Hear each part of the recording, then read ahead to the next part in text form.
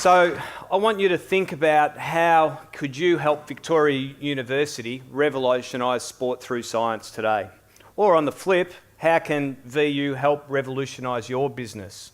So while it's fantastic that we're in here at the G today, I'm actually going to talk to you about Victoria University's activities over the train lines there at the National Tennis Centre, where what we have done, our VU's Institute of Health and Sport have partnered with Tennis Australia's Innovation Division to form what's called the Game Insight Group, or what we like to call GIG.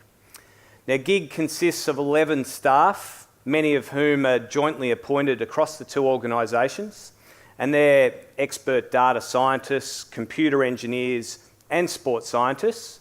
And then we're supported by another dozen wonderful PhD students. You might have met a couple of the guys this morning, and undergraduate cadets. And collectively, we're on a journey to develop players, coaches, fans, the media's engagement with tennis and make it a deeper, more substantial one. So today I'm going to talk to you about 3 Game Insight Group initiatives. Firstly, I'll tell you about some new statistics that we're using that we think tell a better tennis story. Then I'm going to talk to you about emotion and how we can track player emotion during a match. And then finally, how we're developing the perfect game so that we can customise the game of tennis to everyone's needs. So let's think tennis. One of the most traditional sports there is. We've just come off the back of Wimbledon last week, where tradition has it, of course, the players are forced to wear white and spectators are forced to eat strawberries and cream, one of the key traditions of the sport. Couple that with the scoring system. So the scoring system evolved from the French medieval period and hasn't changed ever since. So we've still got 15, 30, 40 deuce rather than first to 5. So it's a very traditional sport. And it's interesting, despite its professionalism, the analysis and subsequent insight that we get from tennis is still relatively rudimentary. And so that's where GIG comes in. And so I'm going to show you some data from the recent Wimbledon titles where Federer, the famous quarterfinal match up against Kevin Anderson, where Federer surprisingly lost 13-11 in the 5th. So a really close match. But what you can see, these are the traditional stats that are put up after the match. And what you see is that Federer is actually shading Anderson on most of the key performance indicators that traditional statistics provide. And the reason for this is really simple. The traditional statistics ignore a couple of fundamental truths about tennis. One, you don't need to win more points than your opponent to win the match. And 2, not all points count for the same. And so the Game Insight Group has developed a clutch performance metric. And so essentially what we do is we weight every single point in the match, with the points that have more influence on determining which player is going to win the match being weighted higher, having a higher pressure value. And then there's the points that aren't as important, they have a lower pressure value. As a consequence, we're able to then basically look and generate statistics such as a clutch differential, where we can compare a player's performance, where how do they go under the high performance points relative to how do they go on the more normal lower pressure points. And so the data on the screen will illustrate that when we look at clutch performance, Kevin Anderson was the player that clutched that match more effectively than Federer. In particular, his return. He made some very high pressure returns that changed the course of the match.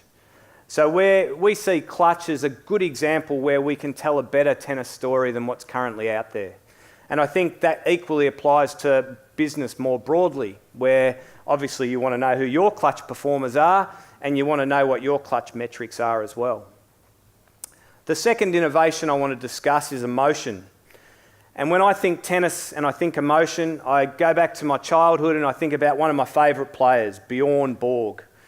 So 11 Grand Slam titles, 6 French Opens, 5 consecutive Wimbledons. He was number 1 in the world. He was awesome.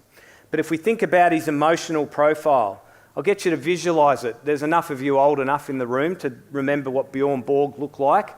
How do you visualise him? Visualise him when he's under pressure, maybe down a set point. Then visualise him when he's about to break a break serve or then win the match. My visualisations look like this. Set point down, just winning a big point and then winning the game. In simple terms, he was the Iceman. He just did not change. He just always had the same emotional profile. So if we fast forward 40 years from when Borg was number one, VU scientists are now able to profile the emotional state of players throughout a match. So we take the broadcast feed from a tennis match, and using machine learning, we're able to extract and learn facial action units so that we can generate an emotional profile of a player. We like to call that the emotion tracker.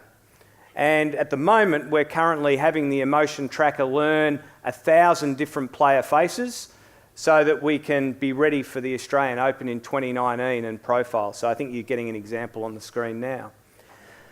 Just out of interest, we have profiled the big four. And not surprisingly, Federer is the most mentally neutral or emotionally neutral and focused player, which you might see there. Rafa is the most nervous. And then Murray and Djokovic are more likely to be the most angered or annoyed of the players. So it's got a good ring to it in terms of, I think we're onto something here. And we see the emotion tracker as something that's got great value, both in certainly engaging fans, hopefully at a deeper level when they're watching a match, understanding the ebbs and flows of emotion that a player's experiencing. And then also we see it as a training tool that we could actually help players develop their emotional profile during a game, so they can develop maybe a game face and be more effective as a consequence. The flip side of that, it will make our job harder if they've got this game face and it's harder to read their expression. So there's quid pro quo. In terms of broader application, I'm sure you could use it as a web conferencing tool, make sure that the person on the other end of the computer is engaged and attentive. Recently I saw news out of China where secondary school, they've implemented facial recognition technology so they can monitor the students during class, which is maybe a little extreme, but they're able to profile whether the students are engaged, confused, angry. But in a world first, I've been able to set up the emotion tracker here today, and I've actually had it trained in on our MC, Brett McLeod. Where are you, Brett? Over here. So we'll just go to your emotional profile, Brett. So clearly he's deeply engaged with my presentation. Thanks, Brett. That's great. Anyway, the final innovation I want to discuss is where the Game Insight Group are trying to develop the perfect game. And this is a play on words from a CSIRO report that identified the perfect fit as a sporting megatrend, something that's going to be influential for the next couple of decades. And in essence, we've flipped that term into the perfect game, where we're really trying to customise the game so that it suits any particular individual. Whether you're a child first learning the sport, where it's critical that we keep you involved in that sport, or whether you're one of the ageing population that we have a massive number of, and the traditional game needs to be adjusted to keep you playing. So in each case, we want to customise the game for you. So I've got a number of examples of how we're doing that. So VU scientists have worked quite closely with coach educators from Tennis Australia to investigate their Hotshots program, which is Tennis Australia's modified sport offering for children. So if you haven't seen it, shorter racket, a decompressed tennis ball that bounces at the right height for children, lower net, smaller court. And our research has demonstrated that if children learn in these conditions, they learn far more effectively than if they're put into a more traditional adult-like tennis court. And the key thing is, when they do learn this way, they become more engaged as a consequence. And if they're more engaged, they're more likely to stay participating within the sport, which is obviously what Tennis Australia want from this particular product. That's a good thing for the sport, healthy participation numbers. It's a good thing for the kids, because they're then going to be healthy because they're actually participating in activity. So that's been a really fabulous start. But interestingly, other research that we conducted, we found that not just children, but all tennis players, 80% of you are using the wrong racket. So it's sort of astounding that you go and buy the right pair of shoes, you make sure they fit.